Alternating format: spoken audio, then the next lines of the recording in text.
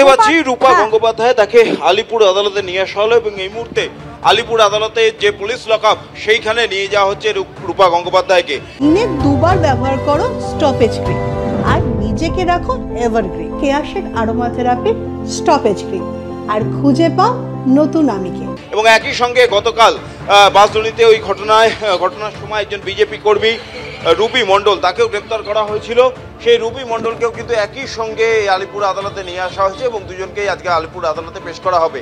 এই রুবি মণ্ডলের গ্রেপ্তারের প্রতিবাদেই কিন্তু রূপা গঙ্গোপাধ্যায় গতকাল রাত থেকে বাসদুনি থানায় তিনি অবস্থানে বসেছিলেন এবং তার যেটা বক্তব্য ছিল যে পেলোডার অর্থাৎ যে ঘাতক পেলোডারের চালকের জন্য এই ঘটনা ঘটেছে এবং যে হেল্পার ছিল পেলোডার তাদের কাউকে কিন্তু পুলিশ গ্রেপ্তার করতে পারেনি, কিন্তু যারা প্রতিবাদ করছিলেন তাদের 5 জনকে পুলিশ গ্রেপ্তার করেছে। তার প্রতিবাদেই মতো রূপা গঙ্গোপাধ্যায় অবস্থান চালাচ্ছিলেন বাসদুনি থানায় এবং তারপর আমরা দেখলাম গতকাল রাত 8টা থেকে আজকে প্রায় সকাল 10টা পর্যন্ত রূপা গঙ্গোপাধ্যায় তিনি বাসদুনি থানাতেই বসেছিলেন। আচমকাই সকাল 10টা নাগাদ তাকে টেনে পুলিশের গাড়িতে তোলা হয়, পুলিশের জিপে তোলা হয়। সেই সময় থেকেই একটা উত্তপ্ত পরিস্থিতি তৈরি হয় এবং বিজেপি কর্মীরা অভিযোগ করেন যে রূপা গঙ্গোপাধ্যায়ের কোনো কথা শোনা হয়নি, তাকে পুলিশের গাড়িতে তুলে নিয়ে যাওয়া হয়েছিল। তাকে সেখান থেকে লালবাজারে নিয়ে আসা হয়, লালবাজার থেকে তাকে SSKM হাসপাতালে নিয়ে গিয়ে মেডিকেল পরীক্ষা করানো হয় এবং মেডিকেল পরীক্ষার পর এই মুহূর্তে তাকে আলিপুর আদালতে নিয়ে আসা হলো। আলিপুর আদালতে যে পুলিশ লকআপ সেইখানে নিয়ে যাওয়া হয়েছে রূপা গঙ্গোপাধ্যায়কে এবং আরেকজন যে বিজেপি কর্মী যাকে গতকাল গ্রেপ্তার করা হয়েছিল তাকেও নিয়ে আসা হয়েছে। কিছুক্ষণের মধ্যেই তাকে আদালতে পেশ করবে পুলিশ এবং তখনই কিন্তু জানা যাবে যে রূপা গঙ্গোপাধ্যায়ের বিরুদ্ধে মূলত কোন কোন ধারায় পুলিশ মামলা রুজু করেছে। কিন্তু পুলিশ কমিশনার যেটা জানিয়েছিলেন সকালবেলায় যে বাসদুনি থানায় তিনি বসেছিলেন এবং পুলিশের কাজে বাধা দেওয়ার অভিযোগে তাকে কিন্তু আটক করা হয়েছে এবং পরবর্তীতে দেখা যাচ্ছে তাকে গ্রেপ্তারও করা হয়েছে। এখন তার বিরুদ্ধে কি কি ধারায় মামলা হয়েছে এবং এটাকে রূপা গঙ্গোপাধ্যায়ের আইনজীবীরা কিভাবে তার বিরুদ্ধে লড়াই করেন সেটাই দেখা। একেবারে প্রতিদিন সঙ্গে থাকো। এই মুহূর্তে আলিপুর আদালতে নিয়ে আসা হয়েছে রূপা গঙ্গোপাধ্যায়কে, পুলিশ লকআপে রাখা হয়েছে তাকে। কিছুক্ষণ আগেই তার মেডিকেল টেস্ট হয়েছে, আজ সকালে তাকে গ্রেপ্তার করা হয় পুলিশের কাজে বাধা দেওয়ার অভিযোগে।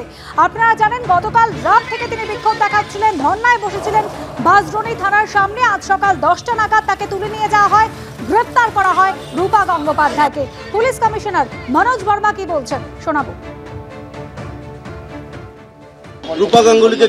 উনি গতকাল এসেছিলেন, উনি বললেন পুলিশ যাদেরকে ডিটেইন করেছে, গতকাল পুলিশ যেখানে ম্যানহ্যান্ডেল হয়েছিল ওখানে 5 জনকে অ্যারেস্ট করা হয়েছিল স্পট থেকে। ওনার দাবি ছিল দ্যাট যারা পুলিশকে হ্যাকেল করেছে, ম্যানহ্যান্ডেল করেছে ওদেরকে ছেড়ে দিতে হবে। তো আমরা ওনাকে জানিয়ে দিয়েছিলাম দ্যাট এটা লিগালি অ্যাকশন নেওয়া হয়েছে অ্যান্ড যা কিছু যদি করতে হয় কোর্টে করতে হবে। তো সেটা ওনাকে জানানো হয়েছে। তো তারপরে উনি ওখানে থানায় গিয়েছিলেন, কথা বলেছেন। আজকে ওনাকে যেহেতু মানে আমাদের থানার যে নর্মাল ফাংশনিং আছে ওটা অবস্ট্রাকশন হচ্ছিল, ওনার আগেনস্ট একটা কেস হয়েছে, ওনাকে ডিটেইন করা হয়েছে, লিগাল অ্যাকশন নেওয়া হয়েছে। Thank you. বাসদুনিতে মর্মান্তিক ছাত্রমৃত্যুর ঘটনা, তারপর প্রায় 14 ঘন্টা ধরে বাসদুনি থানার সামনে রাতভর অবস্থান করেন।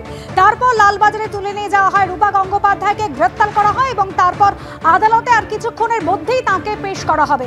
আদালতে ঢোকার আগে কি বলা হলো, রূপা গঙ্গোপাধ্যায়কে যখন পুলিশ নিয়ে যাচ্ছিল সেই সময় কি জানালেন প্রাক্তন বিজেপি সাংসদ, কি অভিযোগ করলেন দেখুন।